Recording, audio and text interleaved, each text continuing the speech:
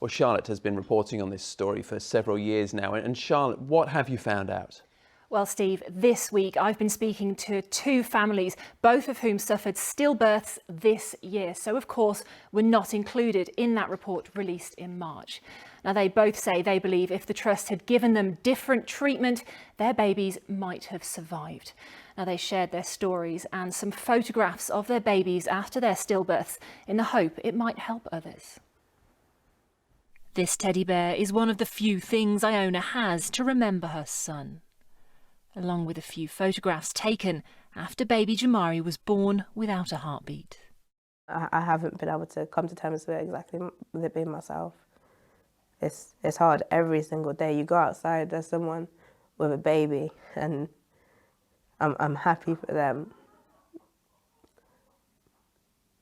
But it's just like, where's mine?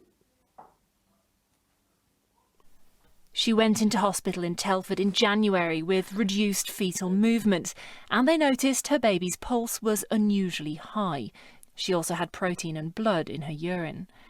She was sent for additional scans, but was then sent home and told everything was fine.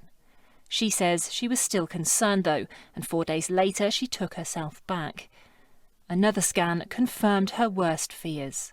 Just 6 months into her pregnancy, her baby had died. It just felt like we were fobbed off. Like, they told us there's concerns and did nothing with them, just sent us home. I don't know what happened to my boy. And that was in January.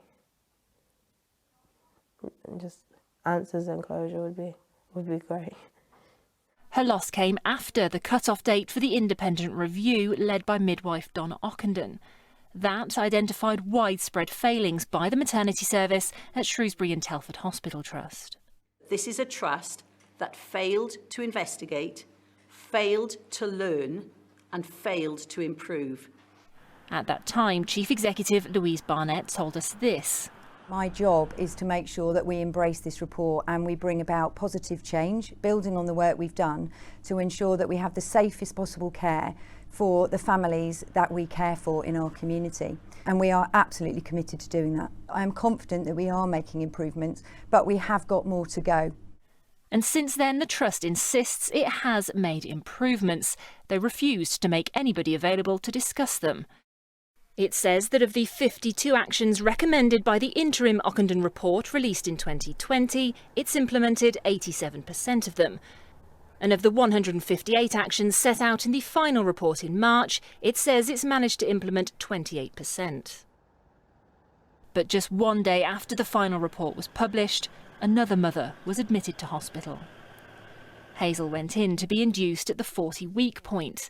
Hers was classed as a high-risk pregnancy with some signs of preeclampsia. She says she repeatedly asked whether a C-section would be safer, but was pushed towards a so-called natural delivery, a common theme from the Ockenden Report, criticised within it. After a prolonged labour, made longer by staffing shortages, Mia's heart stopped beating. And she was stillborn on April the 3rd. I just keep thinking, had they have done something sooner, I'd be walking around with a stroller and taking her on group trips out. Like, we had so many plans of things that we were going to do, and now it's nothing. A report by the Healthcare Safety Investigation Branch released just this week has identified failings on one particular aspect of her care, which it says might have changed the outcome. Hazel says she had known about the Ockenden review, but hoped it had already made a difference. I read everything, I saw all of the documentaries about it, but you automatically think, because everything's going on, they're going to be extra careful, but they're just making the same mistakes. They've not learnt anything.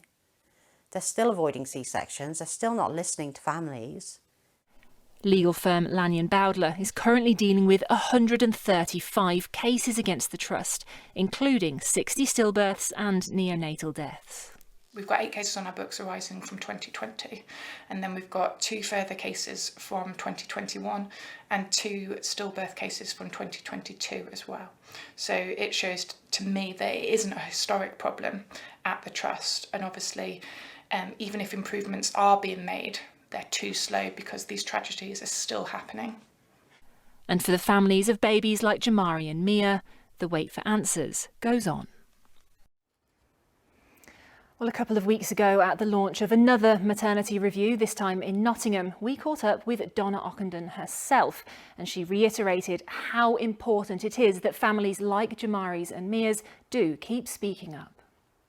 One of the big issues that we exposed, I suppose, within the Shrewsbury and Telford Trust was a long-term lack of listening, a long-term lack of learning, and therefore a long-term lack of improvement. And that simply cannot be the way that maternity care is delivered in Shropshire going forward.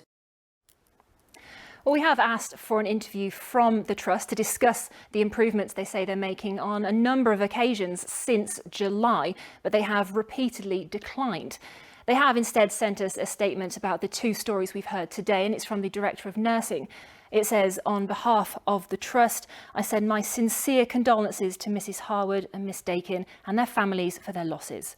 On the sad occurrence of a stillbirth at our Trust, we follow a robust and thorough investigation process which makes us accountable to families as well as external bodies, and we act on all recommendations to improve the service and care we provide.